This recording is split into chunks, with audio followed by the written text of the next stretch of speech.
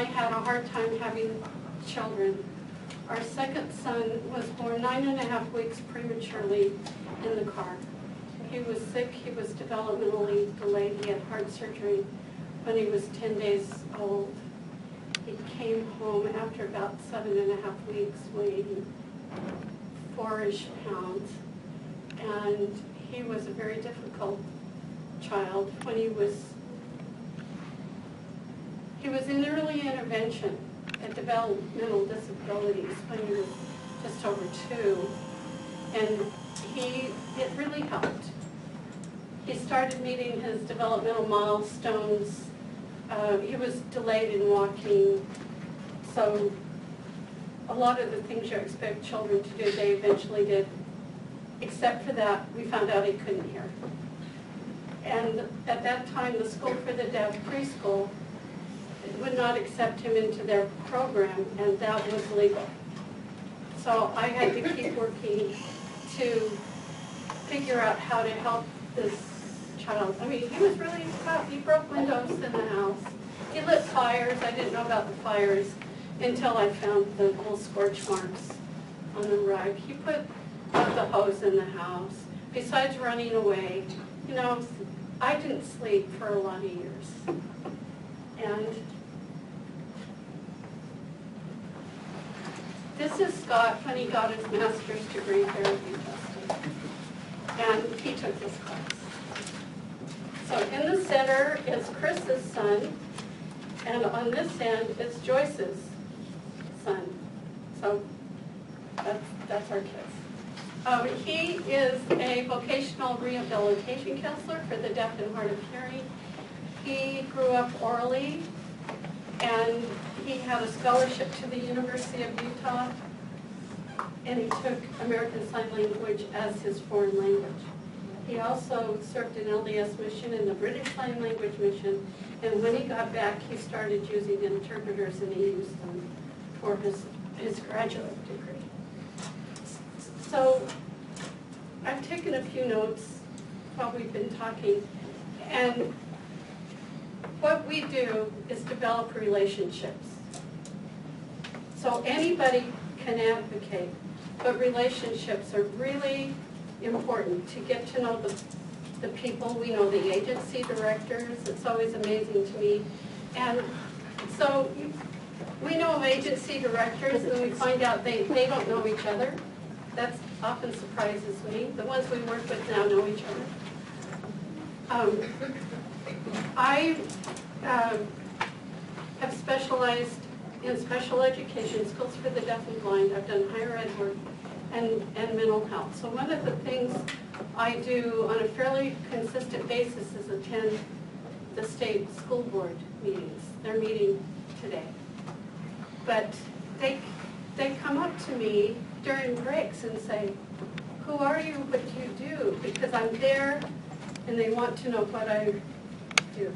And so in June, I also asked to be on the public comment part of their agenda, and I spoke to them about special ed. So you get to know people. And you know, it's real interesting because Joyce and I are introverts. She's not. And so there are people who I may not want to speak to. Chris says, you need to go and talk to someone. I had another comment about texting. I didn't text until a few years ago, and it is because my representative said, you text? And I said, no. And he said, you have to text. So my neighbor taught me how to text. So I've been a public policy advocate for 28 years, and it was because of my neighborhood school. They could see that I was advocating for my own son. And so they said to me in 1986, will you serve on a school district special education committee? And I said yes, and things kept changing. So I've been at the state level for 28 years.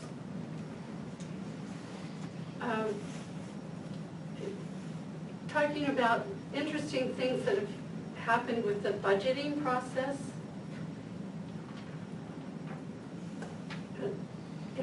Maybe a year and a half ago, one of the legislative analysts called the director of special ed and said, so what is the cost benefit for special education? But these are children. You know, how do you answer cost benefit for children? I don't know. So he's an economist. So year-round advocacy. You can join our coalition online, and other advocacy groups that you may become aware of, or get some people together and get your own little group and get on email alert lists. And so during January and February, through the website, there's a tracking place, and you can sign up. That's for bills. But we work on appropriations too. But so there are ways to follow the issues that you are interested in. And then you can contact your legislators. But you know, now is a good time. We just had the elections. We know, except for your school board member up here. That's not decided. That won't be decided for about 2 weeks. You know who your legislators are. Most of them ran unopposed. So you can send a little note, say, during the year, I think they told me, some legislators, don't just say I live in your district, you need to write your address. Or at the top of your message, your name and your address. Because most of them are really pretty fussy about hearing from their own people. So now's a good time to send a message, say, hi, I'm taking this class at the Center for Persons with Disabilities, and I'm interested in these things, and I'll be paying attention during this session. Congratulations on the Congratulations. I wanted to say another thing. So yesterday, Republican leadership in both houses, Republicans in both houses met and elected their leadership. Did you say that? And so we know who the new Speaker of the House is, Greg Hughes from Draper. And you can find that in the newspaper today. And the Senate is Wayne Niederhauser from Sandy. The Senate has stayed the same. The next thing we'll be watching for are committee assignments, and that may take a while. The Democrats are not meeting for 2 weeks, but there's not many of them, but we like them because they agree with us. So those are some things to watch. Key committee members, so we're waiting to find out who the committee members are. Come to the Capitol. We have a reception on Thursday, February 5th, generally from 4 to 6, and we'll be sending out more of that information as the time gets closer. And so part of what we ask is that you send a message to your legislators and say, I'm coming down for this reception, I would like to see you. And that kind of puts their feet to the fire. So if you need a wrap-up about what has occurred, Joyce does a very, very fine job of compiling as we go along, and soon after the session ends, it will be available on our website that you can review it. And thank legislators, anybody can, they don't have to be your own, for what they have done. And then start thinking about your issues for the next year. And so now in June and July, we're saying things over again. Joyce has said, attend budget hearings if they're held.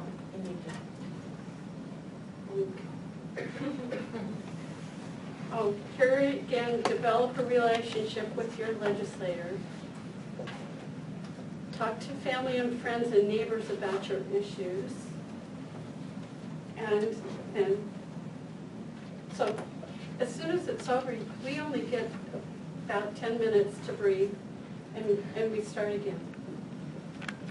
And so the interim committee meetings start in April, and they are generally on the third Wednesday of the month. And the agendas are posted online, and even if they aren't relevant to what we might be following, why do we attend? Building the relationships. Building the relationship. And you sometimes, and this can happen during the session too, if you can't get somebody to come out from the floor, you catch them in committee hearings. Or maybe you could catch them at lunch. Or when they redesigned the Capitol, there's a lot of places they don't have to be public anymore. But we catch them. All right. I want to tell you about something that has happened this very day. There were some changes in the State Office of Education during the summer. The superintendent resigned. His deputy resigned. It was very disturbing to me. And the special education budget request got lost. And Angela, I have a few of the information things with me today if you want to see specifics of this.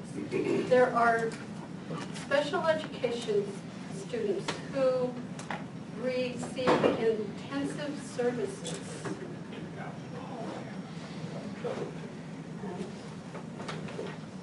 Such as one-on-one nursing, highly specialized technology, physical therapy, sign language interpreting, individual paraprofessional support, extremely low student-to-teacher ratio, and other services that are required for the students to benefit from special education to prepare for college, career, and independent living. For years, there has been a high-risk pool that local education authorities can access to help pay for these costs. It is only $225,000. It has been that small amount for years and years. But several years ago, the special ed law IDEA